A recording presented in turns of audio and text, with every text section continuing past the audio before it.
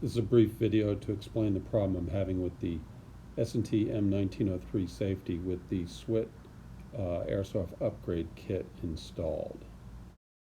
I installed the upgrades following the directions on YouTube videos created by SWIT. During the installation, I noticed there was a problem getting the rear end of the cylinder to mate with the bolt part into which it fits. Had to grind down the tube to make it thin enough for the bolt to slide into that hole. Specifically, I'm talking about part X26, the end of the bolt, where it mates into part X21, the portion that holds the safety switch and then pushes down on the safety trigger block. Everything finally goes together, but this safety trigger block seen here often blocks the trigger even though the bolt switch is in the ready position. A quick fix I found was to hold down the bolt with my thumb as seen here, which led me to take apart the gun a little bit more to see what the problem was. The following video will illustrate how that works. Here the safety lever is off. It's in the ready position and doesn't want to fire because the trigger is being blocked by that lever inside. So the temporary solution is to hold down this knob right there, and there you go.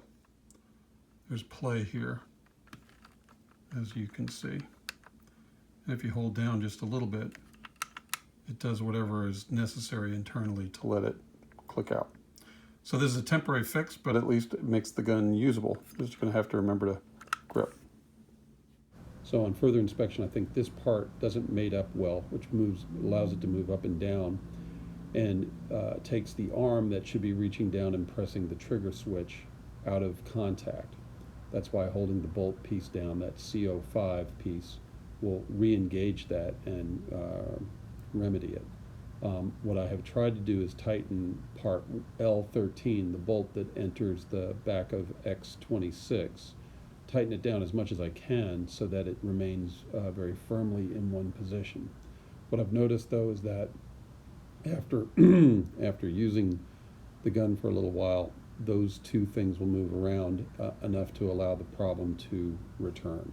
So what I'm trying to figure out is if there's something to better mate X26 with X21, the bolt housing, for lack of a better term, to hold it firmly in place, which I think would correct this problem.